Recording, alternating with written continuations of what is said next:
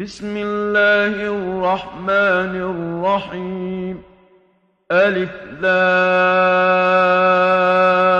را تلك آيات الكتاب المبين إنا أنزلناه قرآنا عربيا لعلكم تعقلون نحن نقص عليك أحسن القصص بما أوحينا إليك هذا القرآن وإن كنت من قبله لمن الغافلين